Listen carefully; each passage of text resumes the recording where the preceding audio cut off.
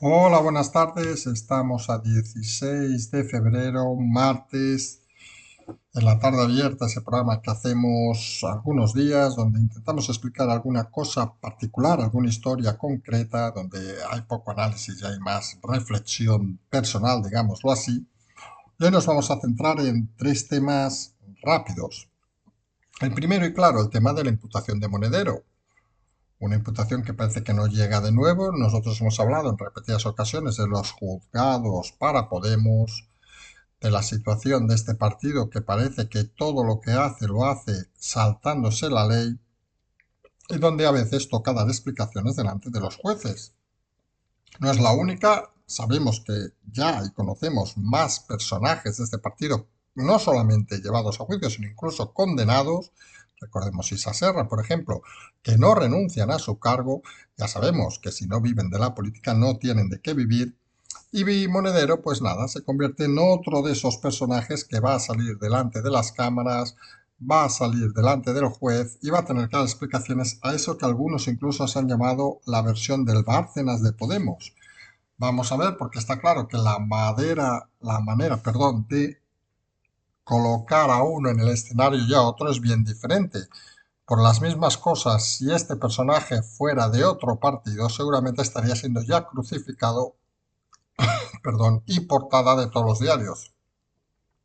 Como es quien es, como es el partido que es, parece que se trata con una equidistancia un poco diferente, vamos a decirlo así. Todo eso nos lleva a reflexionar un día de hoy con dos nombres particulares, dos nombres de los que vamos a intentar hablar esta tarde para intentar no hablar en los programas serios y de reflexión. Nos referimos a dos extremos del mismo país. Estamos hablando de una tal Isabel Peralta, le reconozco que no sabía quién era hasta el día de hoy, y de un tal Pablo Hasél, que le reconozco que, hombre, un poco más sí que sabía, pero tampoco sabía mucho más que él. Bueno, este al menos tiene tres condenas. En todo caso, dos personajes extremos, uno más allá de la extrema derecha, vamos a decirlo así, otro más allá de la extrema izquierda. Dos personajes, una, recordemos, dando vítores, alardeando de los nazis en un acto hace un par de días, y el otro diciendo bestialidades cuando ha sido detenido hoy. Motivo, por cierto, que había sido detenido por decir más bestialidades y sobre todo por hacer bestialidades, que algunos no se confundan que este señor no le detienen por cantar. Hombre, le podían detener por cantar porque es bastante malo, pero le detienen por otras cosas y no precisamente por opinar. Pues ambos personajes nos llevan a una realidad de este país y la realidad es que los extremos cada vez tienen más popularidad y consiguen un efecto contraproducente en la democracia. Y es que cuando los extremos pujan, cuando los extremos suman, lo que queda en el medio tiene tendencia o bien, en el caso electoral, a abstenerse, quedarse en casa, el ejemplo catalán es obvio y claro, o bien a esconderse. Estos extremos dan miedo, son personajes de pánico, son personajes que parecen salidos de una novela oscura del Renacimiento, son personajes belicosos, son personajes que uno no acaba de entender que en democracia, que en una vida donde la gente en general quiere simplemente vivir bien, trabajar y ser en general honrados, te encuentras personajes con tantos problemas mentales, tantos problemas de cultura y tantos problemas de conocimiento. Aunque no hay que decirlo de otra manera. Hemos dicho en alguna ocasión que el modelo catalán electoral es el que se está contagiando a España. Y recordemos que la consecuencia de ese modelo electoral catalán ha sido pasar de ser la locomotora del país a ser el vagón de cola, por no decir el vagón incluso salido de la vía en este momento. Y en el modelo catalán, que hemos visto en las últimas elecciones, en el momento que desaparece la centralidad y ganan los extremos, las participaciones caen a niveles hasta podemos decir poco democráticos. Y eso parece que va a ser la tendencia que vamos a ver en cualquier hipotética elección en España si las cosas no cambian. Los de un lado que fuerzan a los radicales que tienen topes en ambos lados y algunos que intentan aprovechar esa radicalidad para centrarse de una manera más o menos ordenada. Juegan a que ellos son la salvación, caso del PSC en Cataluña, PSOE, pero que al final, cuando ves los resultados, te das cuenta de que tampoco contagian a tanta gente y consiguen unos buenos resultados, pero no olvidemos, con un insignificante prácticamente ascenso en número de votos. De las últimas elecciones catalanas a estas, el PSOE, ese PSOE que dicen el efecto Illa, ha sumado 40.000 votos.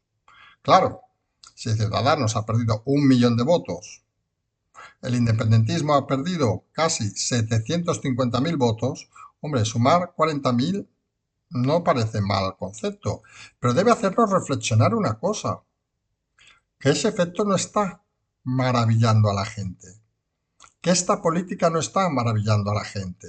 Esta política lo único que hace es perpetuar a aquellos que tienen sus fieles muy atados, que sus fieles son capaces de cualquier cosa, e intentar confundir el escenario para que la gente normal, vamos a decirlo así, en esta sociedad tan normal, se quede en casa.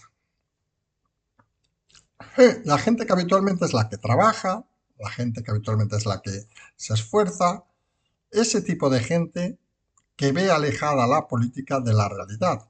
Y en el caso catalán es un ejemplo claro y evidente. Porque fíjense, no se quedaron en casa 700.000 constitucionalistas, ¿no? No se quedaron en casa 750.000 independentistas.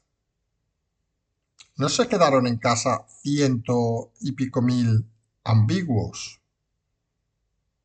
No, se quedaron en casa al final más de 1,5 millones de personas normales que simplemente parecen estar hasta las narices de la política actual. Y están tan hasta las narices que su forma de comunicarlo es simple y llanamente no ir a votar. Y eso es un grave problema para todos los partidos, sobre todo para aquellos partidos que viven de los extremos, que creen que polarizando la sociedad, polarizando la situación, se consiguen resultados.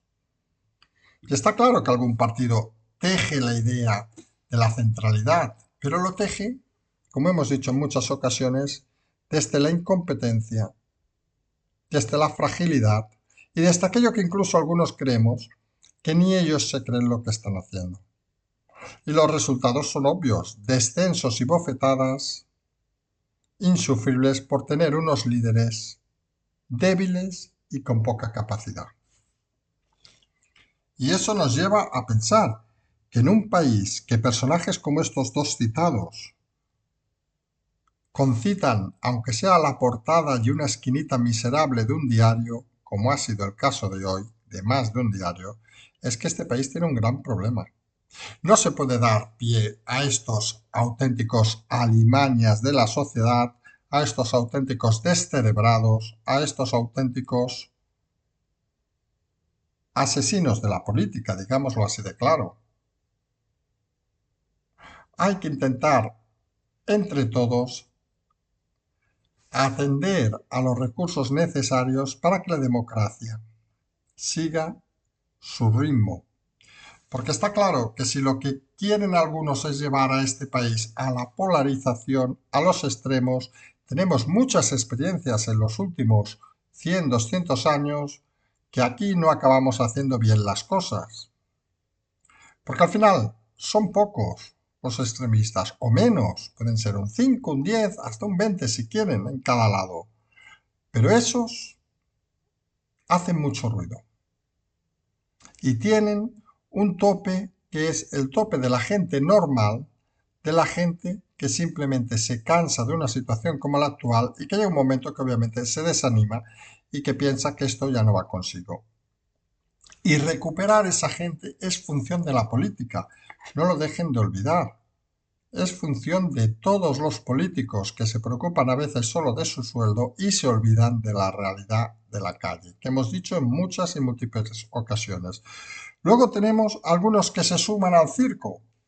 Y hoy podemos ver otro caso claro. Y entramos en la última historia de esta tarde abierta, que es el caso de que, igual que el Tribunal Superior de Justicia del País Vasco aprobó medidas cautelares para la hostelería, pues en el mismo caso el Tribunal de la Comunidad Valenciana no las ha admitido. Y eso al final crea desasosiego entre la gente. Porque uno piensa, uno es hostelero en el país valenciano, perdón, la comunidad valenciana, y dice, oiga, ¿y yo por qué tengo menos que los del País Vasco? Que el juez mío es diferente, que no ha estudiado en la misma escuela, en la misma facultad, en la misma universidad, que tiene conocimientos diferentes. Y ese es el problema de dejar ciertas decisiones que algunos creemos son de Estado, es decir, de criterio unificado, a criterio exclusivamente de comunidades. Porque uno no entiende que si cosas como estas, que deben ser menores para los políticos, las debe decidir cada una de las comunidades, ¿por qué una comunidad no puede decidir, por ejemplo, que sus elecciones se vote a las personas y no a los partidos?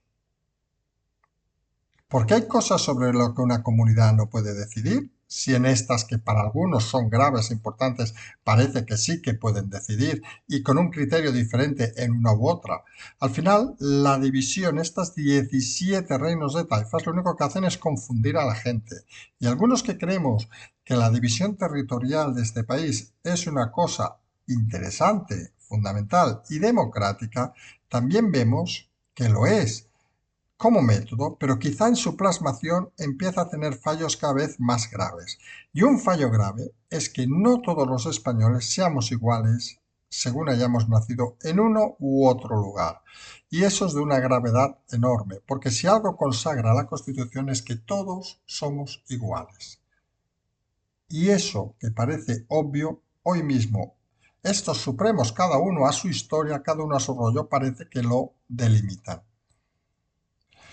Los extremos no solo están en la política, señores, señoras, los extremos también están en todos los ámbitos de la sociedad, porque al final lo que se ha construido en este país es una sociedad donde unos mandan, unos ejercen poder y otros simplemente se dedican a pagar y a escuchar lo que les dicen. Y cuando las cosas van bien, mucha gente lo acepta. Cuando las cosas van mal, la gente empieza a rebelarse. Y en ese escenario aparecen personajillos como este Hassel, como esta Peralta, gente de medio pelo, gente que en una sociedad democrática normal no tendríamos ni un segundo que perder ni en recordar sus nombres y apellidos. Esa es la realidad en esta tarde abierta, tarde de comentario. Nos enfrentamos ya a las 0000 en el programa nocturno de análisis, donde veremos más temas más de fondo. Como siempre decimos, seguimos.